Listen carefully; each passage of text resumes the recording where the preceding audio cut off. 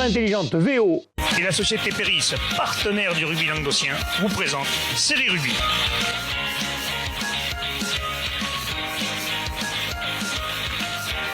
Bonjour mesdames, messieurs, bienvenue à Série Rugby, votre émission sur rugby amateur de la régionale à la fédérale. Avec mon céréal chroniqueur, puisqu'il n'y en a qu'un aujourd'hui. Salut Bubu. Salut Alain. En forme? Ouais, pleine forme. De toute façon, c'est facile, on a pas mal. Ouais, là, ça va vite là. Bon, on va parler des résultats. Là, demain, on recevra un invité fabuleux, on va dire, Diego Milaro. On en a parlé hier déjà dans l'émission des fédérales. C'est chouette. Ça fait. Nous qu'on aime le rugby, on boit ses paroles. Moi, j'adore les mecs comme ça pue le rugby. Quoi. Ouais. Allez, on va commencer tout de suite par les résultats de Régional 3, pardon.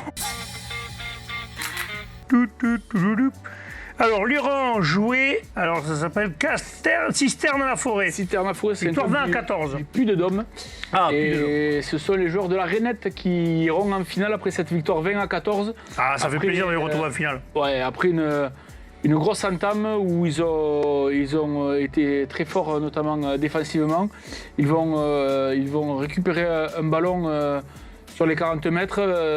Leur demi d'ouverture, Pierrot Cabrol, va attaquer la ligne et servir leur arrière, Christophe Flamand, au cordeau qui va... Ils ont déjà joué ensemble pendant quelques années. Ouais, qui va transpercer le rideau défensif et servir Barthélémy pour le 2 contre 1, une passe laser pour son ailier qui va aller marquer l'essai en coin, donc pour ouvrir le score 5-0. Les joueurs du Puy-de-Dôme vont réduire la marque, donc 5 à 3. Mais il va y avoir un second essai luranais après d'abord un groupé pénétrant pour bien resserrer la défense, puis un jeu de 3 quarts où après 2-3 passes après contact, et c'est Jourdas qui va à nouveau servir Barthélémy, qui va inscrire le second essai, cette fois-ci au pied des poteaux. Donc avec la transformation, il mène 12 à 3 et même 15 à 3 après une dernière pénalité de l'ailier Robin, le buteur. En seconde période, les joueurs de Cisterne-la-Forêt vont revenir à 15 à 9, mais Luran va remettre la main sur le ballon et petit à petit conserver tranquillement. Ils vont inscrire un troisième essai après un nouveau ballon porté qui va permettre aux 3 quarts de faire parler leurs jambes. Et cette fois-ci, c'est Flamand qui va aller pointer en bout de ligne. C'est bien que ce soit lui qui marque un peu, parce qu'avec tout ce qu'il fait pour ce club, lui. Ouais, 20 à 9. 20 à 9, jusqu'à la 78e, ils ne vont pas être vraiment inquiétés, les joueurs de Luran. Ils vont prendre un dernier essai justement à 2 minutes de la fin du match. 20 à 14, 3 minutes d'arrêt de jeu où la défense luranaise va être acharnée. Elle ne va pas craquer et ils vont s'imposer donc 20 à 14 et arriver en finale. C'est chouette pour ce club qui depuis des années travaille dans l'ombre doucement et petit à petit. Et là ils ont leur première finale. Depuis longtemps, je pense, il y a longtemps qu'ils n'avaient pas été en finale. Il y a une finale de France qui se jouera face au vainqueur du match. Salagou Cordero, hier Carqueran, victoire 46 à 12. Ouais, le score est énorme quand même. Ouais, on le sait, 7 essais contre 4 pénalités. Les joueurs de Yerkarkeran qui avaient déjà sorti Beaulieu dans un des premiers tours où les Beaulieurois les avaient bien inquiétés. Hein. Il y avait eu 42 à 30 et quelques, il y avait eu un gros match. Et là les joueurs de Salagou, malheureusement, ils ont fait peut-être un de leurs meilleurs matchs de la saison, mais il y avait une trop grosse différence. On rappelle que Yerkarkeran, c'est une équipe qui jouait en national l'année dernière, qui a été reléguée administrativement, merci Alain. Et du coup, ils sont repartis à la base en Régional 3. Alors bien sûr, ce n'est pas des joueurs de national qui jouent. Les joueurs de national, ils jouent encore en national. Mais c'est une grande partie des espoirs. C'est pas des espoirs qui jouent en national. Quand ça arrive en Régional 3, ça fait mal quand même. Voilà, qui sont pour la plupart en double licence avec le RC Toulon ou d'autres clubs de fédéral du secteur.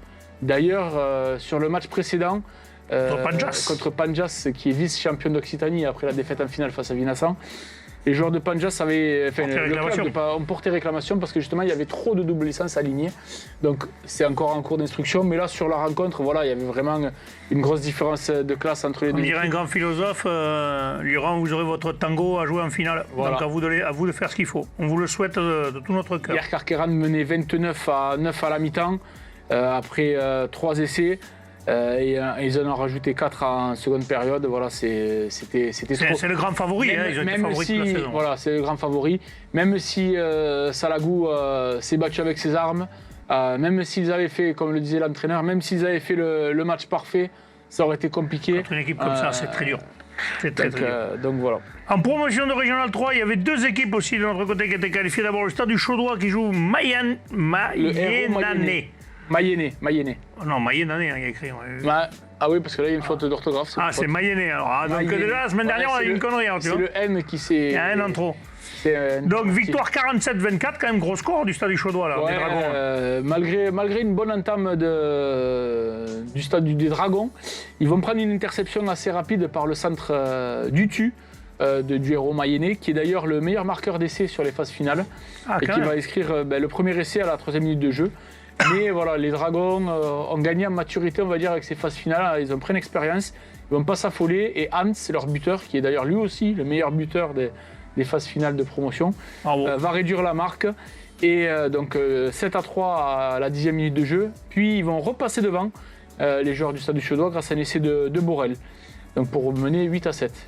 Puis il va y avoir deux essais de Valette et un de Charousset pour permettre aux Gardois de mener 27-10 à la mi-temps. Donc ils avaient déjà un petit match.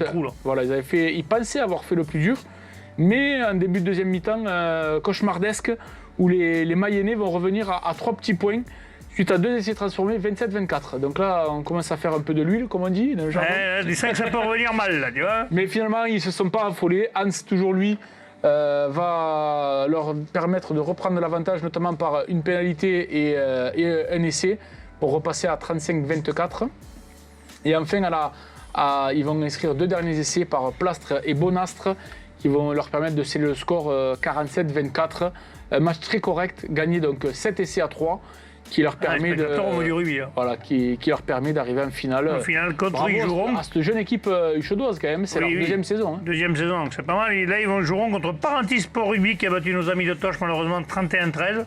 Et là aussi, ça fait un petit moment que sur nos réseaux, à chaque fois qu'on fait une émission, on nous dit attention, Parentis, favori. Et les Landais, ils ont fait, ils ont tenu leur rang. Assumé leur statut, comme on dit. Ils ont inscrit un essai très rapide dès la seconde minute de jeu par Hangar.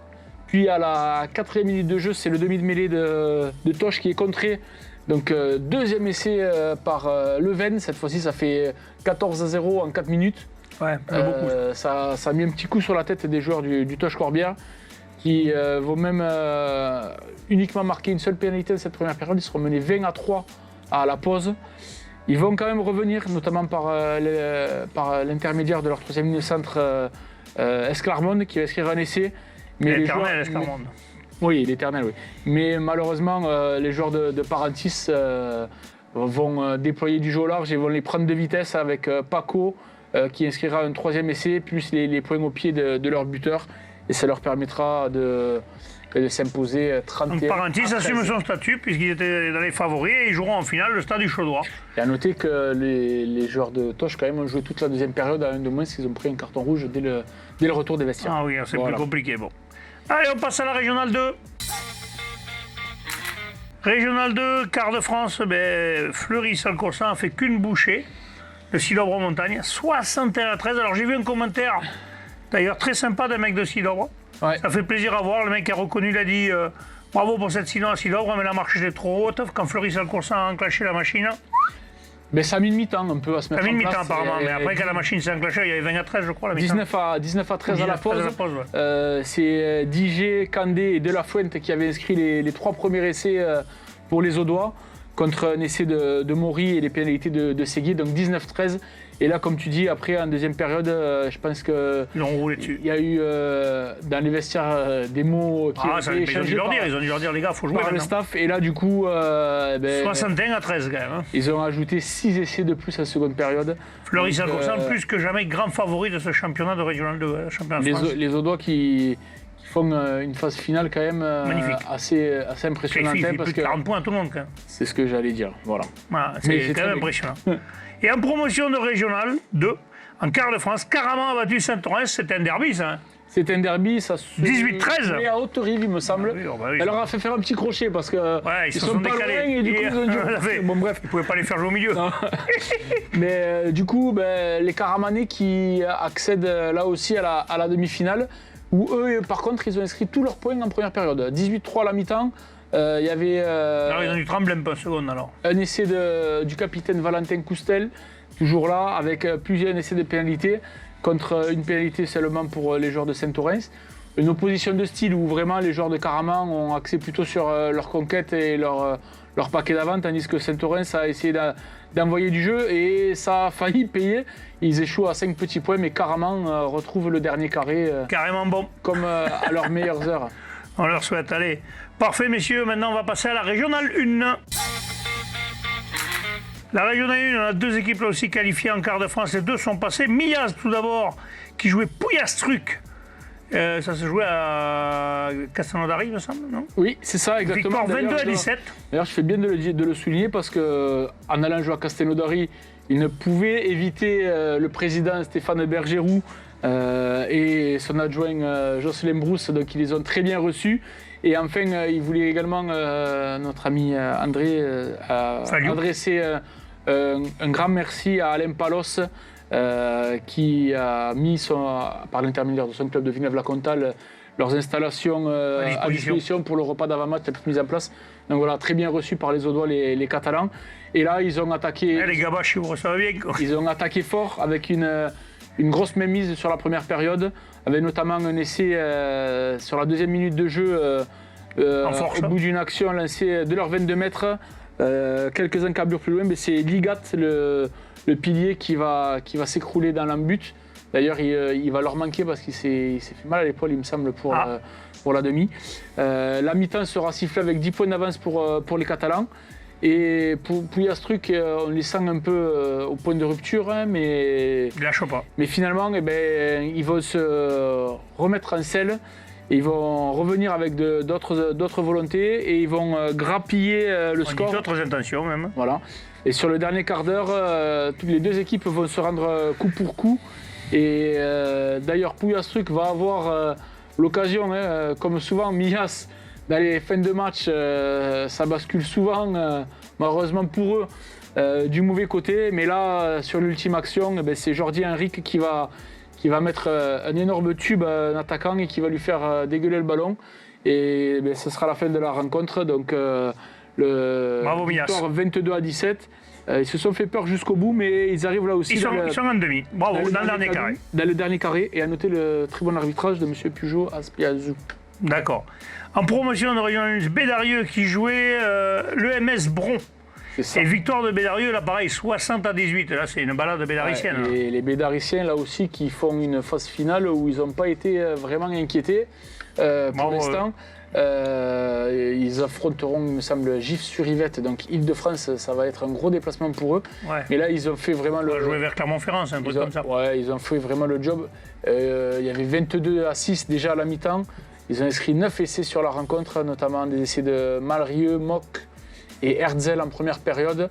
Donc 3 essais en première période et après en seconde période avec l'apport du banc. Ils en ont rajouté 6 de plus. Donc Jean-Gabriel Pull, Sylvain Bataler. Qui joue encore. Et Delbrook, Baris et plus les points au pied de Malrieux et de Mouret. Donc voilà, les Bédariciens qui continuent leur beau parcours en championnat de France et qui joueront la demi-finale dimanche prochain. On a vu les beaux essais d'ailleurs. Eh bien voilà, ça sera le mot de la fin, mon petit Bibu. Donc on va se retrouver demain, mesdames, messieurs, pour le MAG. On recevra Diego Minaro, ils sont dans de gros travail sur une invention, sur quelque chose qui peut faire une innovation qui peut faire avancer le rugby dans de bonnes directions. Il faudrait peut-être que nos dirigeants là-haut s'ouvrent un peu les yeux, ça serait pas mal. Monsieur, on se retrouve demain. Demain. Et puis voilà, transpirez bien sur tous les terrains. Allez, salut.